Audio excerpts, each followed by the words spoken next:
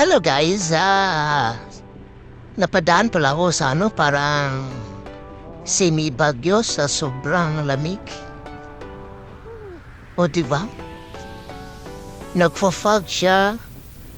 Grabe ang lamig ng diyanaanan ko dito guys. Halos hindi niya makita yung yung kasalubong niyo. Pag ito yung daan pala ng Badjan. O diba, tignan niyo naman, sobrang lamig. Pupunta kayo dito guys, kahit tanghali, nagfa-fall dito. Para siyang bagyong sobrang lamig. Siguro kung ako nakatira dito, sanala dami ko ng anak. Dahil sa sobrang lamig, lagi na lang kayo magkayakap ng asawa mo. Sa mga hindi pa pala nakapunta dito at sa mga hindi nakakaalam, ito po ay ang shortcut ng bagong daan galing kang Badjan. Tapos, ang kakalabasan mo ay sa Dalagit, Mantalungon. At saka ang pinaka-main source nila ay prutas. Grabe ang lamig ng dinana ko dito, guys. Diba?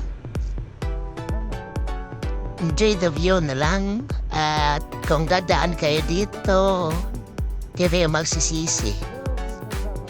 Diba?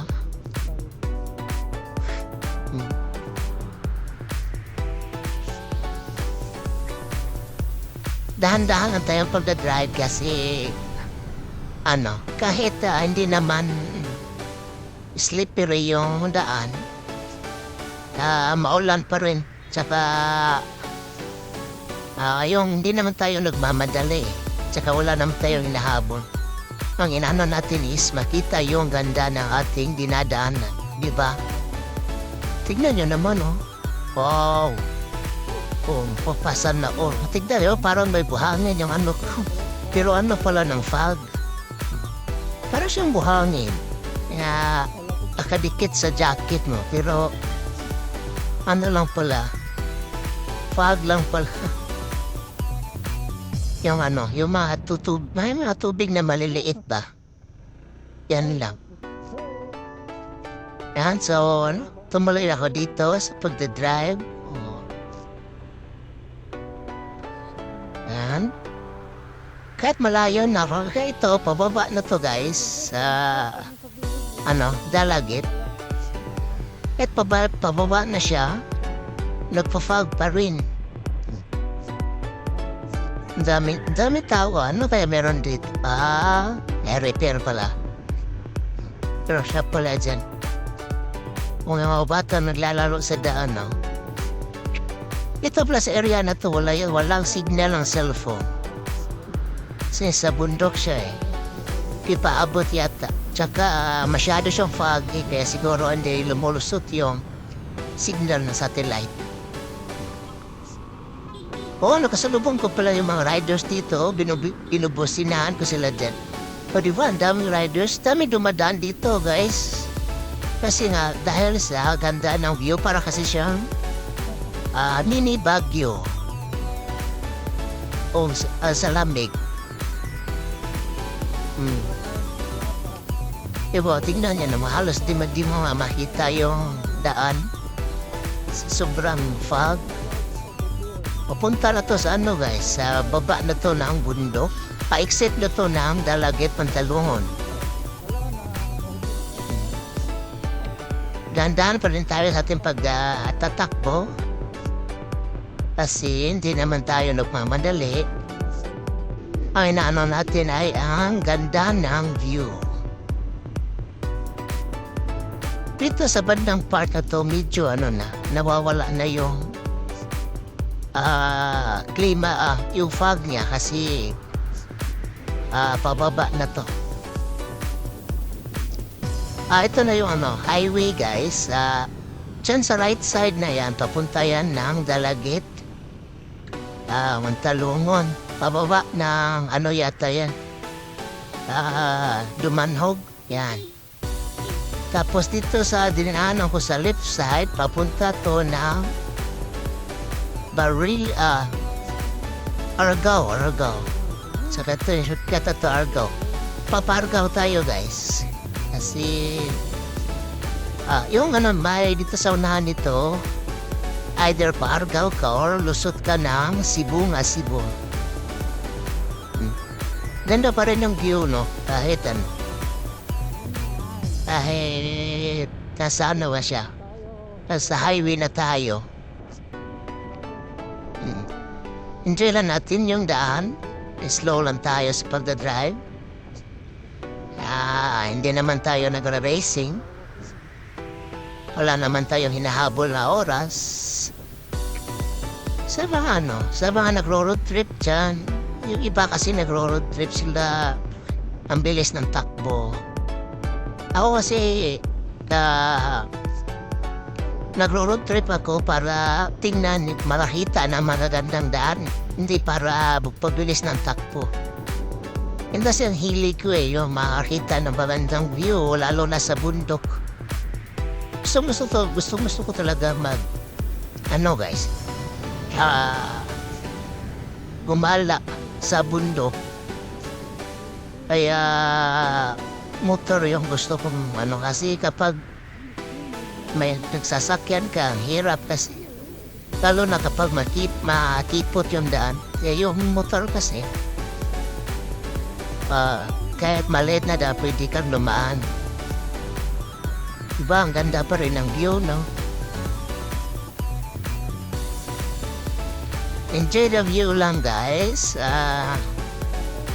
So, sa mga hindi pa nakaka-subscribe sa akin, kindly subscribe and like para may bago akong gala. Makita niyo yung bago kong upload sa mga mahilig road trip dyan. Lalo na sa mga bundok. Kung gusto mo yung kung nature lover kayo, ito ang channel na nababagay sa inyo. Kasi ako rin, nature lover ako. Gusto ko talaga nagda-drive, nagsa-sightseeing sa mga bundok, magagandang lugar, lalo na sa mga malalamig na lugar. Bihira lang ako nag-highway guys kasi hindi naman masyado maganda tignan yung nasa highway. Ito sa mga dito ka talaga makakita ng magandang lugar o view o tanawin sa bundok. Ito mo ma-appreciate kung gaano kaganda ang nature. Diba? Medyo maambon pa rin dito. Paiksit na to. Punta na to ng Argao, guys. Pero hindi ako mag-Argao. Mag-i-exit ako ng Cebu nga. Kasi para dadaan din tayo ng magandang view. Kasi yun naman talaga pinaka main goal ko sa pagro-road trip na to.